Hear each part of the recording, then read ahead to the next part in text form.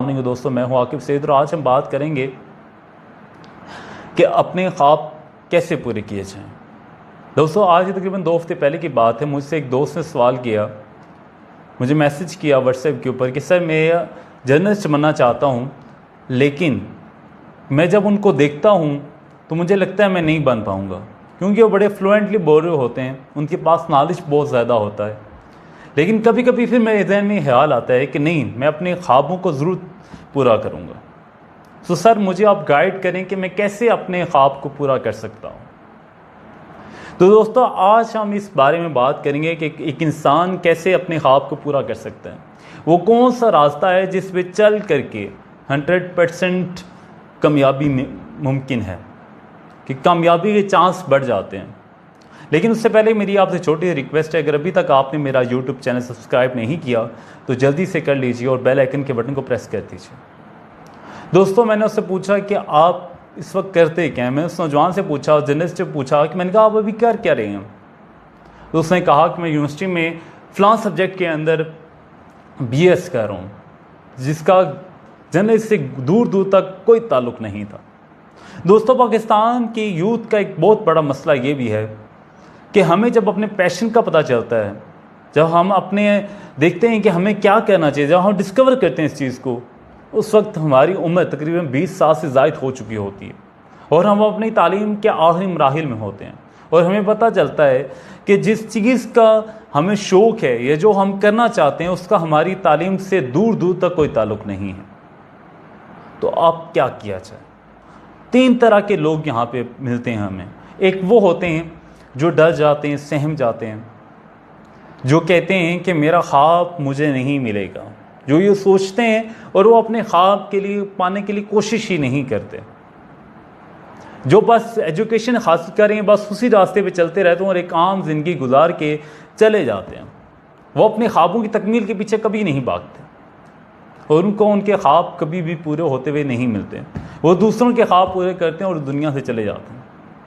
दूसरी तरह के लोग वो होते हैं जब उनको ख्वाब का पता चल जाता है कि मेरा ये ख्वाब है, मैं ये करना चाहता हूँ ज़िंदगी के अंदर, तो जो कर रहे होते हैं उस वक्त उसको छोड़ के अपने ख्वाब के पीछे भागना शुरू कर देते हैं और कुछ अर्से बाद उनको उनके ख्वाबों की ताबीर नहीं मिलती तो अपनी ज़िंदगी में नाकाम हो जाते हैं।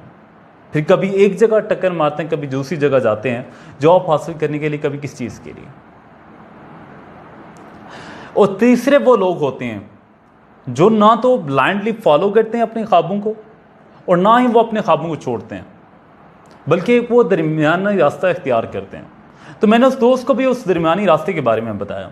मैंने कहा आप अभी जो कुछ भी कर रहे हो उसको आपने छोड़ना नहीं है, उसको साथ साथ आपने कंटिन्यू करना है। अगर आप जॉब करें, आपने जॉब को क्विट नहीं करना, बल्कि आपने जॉब को कंटिन्यू रखना है। अगर आप एजुकेशन हासिल करें, चाहे वो आपकी अलग, उसका आपके ख्वाब से कोई ताल्लुक़ नहीं है, आपने उस एजुकेशन को कंप्लीट करना है। उसके साथ साथ अब अपने ख्वाब के लिए आपने उस ख्वाब की रिसर्च करनी है कि जो आपका ख्वाब है कि क्या उसमें पहले लोग काम कर चुके हैं। जैसे उस लड़के का ख्वाब था मैं जर्नलिस्ट बनना चाहता हूँ, तो पाकिस्तान के अंदर बहुत सारे जर्नलिस्ट हैं। मैंने उससे पूछा आपको कोई आइडियल है, उससे कहा मेरा भी बिल्कुल एक आइडियल है, जिस जैसा मैं बनना चाहता हूँ, जिस तरह मैं बोलना चाहता हूँ। तो मैंने उससे कहा कि आप उसको बारे में उसकी रिसर्च करें कि वो बात कैसे करते हैं, उसका अंदाज़े बयां क्या है, उसके पास जर्नलिस्ट बनने के लिए क्या क्या बुनियादी चीज़ें जो आपके पास होनी चाहिए। तो सबसे पहले तो आप राइट नॉलेज हासिल करें कि मैं कैसे हासिल कर, कैसे इस जगह तक पहुँच सकता हूँ या मुझे किन किन चीज़ों की ज़रूरत पड़ेगी। उसके बाद मैंने उसके बात कही, मैंने कहा कि जब आप ये सब कुछ कर लें तो फिर आप कोशिश करें कि अपनी किसी भी जर्नलिस्ट से मुलाकात करने की, किसी भी तरह उससे कांटेक्ट करके, चाहे एक दिन उसके साथ रहें, चाहे 1 घंटे के टाइम ले लें उससे, चाहे उसको उसके लिए पे करना पड़े, क्योंकि बड़े लोग आपको वैसे टाइम नहीं देते, उनका टाइम बड़ा कीमती होता है। आप उनसे ख़रीद लें उनका टाइम और 1 घंटा उनसे बैठ कर उनसे डिस्कस करें कि वो इस ख्वाब तक, उन्होंने यहाँ तक, इस मंजिल तक जहाँ पे आज वो खड़े हैं, कैसे पहुँचे।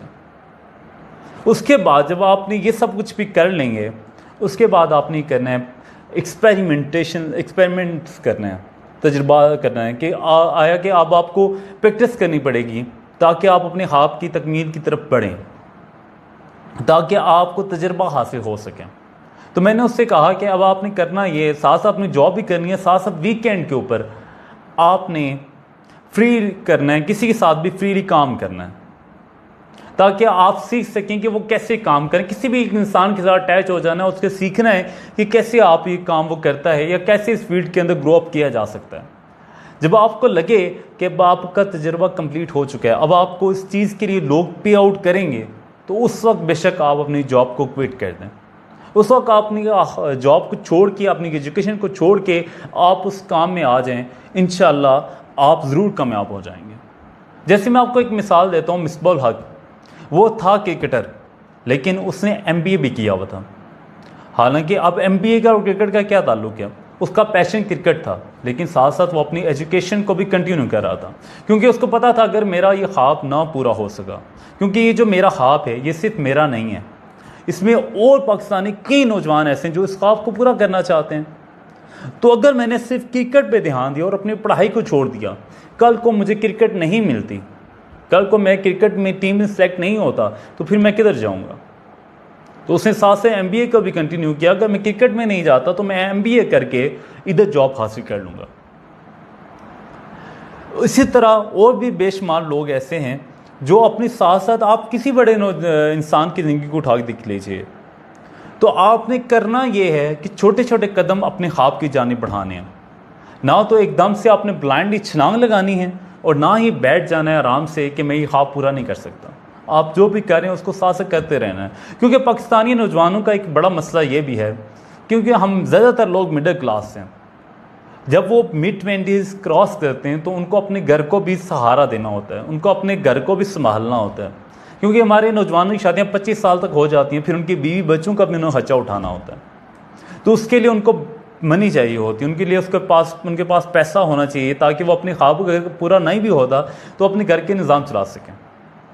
दोस्तों, जब तक आपको अपने ख्वाबों से पे बैक मिलना शुरू नहीं हो जाता, तब तक आपने कोई भी दूसरा काम साथ साथ जारी रखना है, ताकि अपने घर कर सके। जैसे हम बैकअप प्लान कहते हैं कि अगर आपका ये ख्वाब मुकम्मल ना हो सके तो आपने साथ साथ वो जॉब करें, उसको कंटिन्यू रखें, ताकि आपका घर का या जो भी आपकी बुनियादी ज़रूरियात हैं, जो भी आपकी वो नीड्स हैं, वो पूरी होते रहें। तो साथ साथ आपने सीखते रहना है। इसकी एक और मिसाल मैं आपको देता हूँ कि एक बंदा बैठा हो दरिया के किनारे पे, वो देख रहे हैं लोगों को, लोग तैर रहे हैं, तो वो सोचता है कि लोग तैर रहे हैं, उसको तैरने का दिल तो कर रहा है, लेकिन वो तैर नहीं सकता।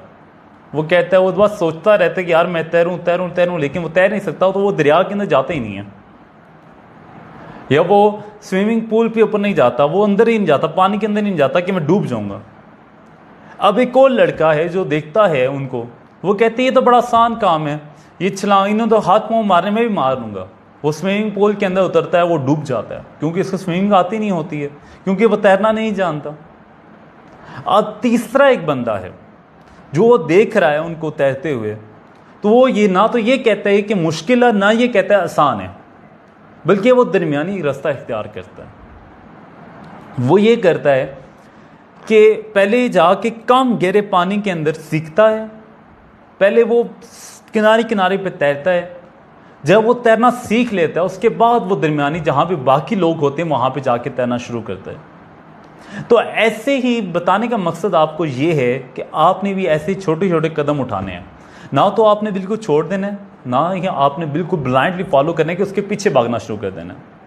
अगर आपके पास बैकअप प्लान है फिर तो ठीक है। अगर आप अभी 12th क्लास में, फर्स्ट ईयर में, सेकेंड ईयर में, उसके बाद आपने ख्वाब को आपने देखा है, तो आप उसके एजुकेशन हासिल करें, फिर तो कोई मसला नहीं है, क्योंकि अभी तक आपके पीछे आपके माँ बाप हैं जो आपको पे बैक कर रहे हैं, जो आपको पे आउट कर रहे हैं, आपके लिए कोई मसले की बात नहीं है। लेकिन अगर आपने mid-20s को क्रॉस कर लिया, अब घर की जिम्मेदारी आपके ऊपर है, तो फिर आपने छोटे छोटे कदम उठाने हैं, ताकि आपकी ज़िंदगी में कोई मुश्किल पेश ना आए आपको, ताकि अगर आप अपने ख्वाब को पूरा नहीं कर सकते तो कम से कम आपका जो दूसरा सर्किट है वो साथ साथ चलता रहे।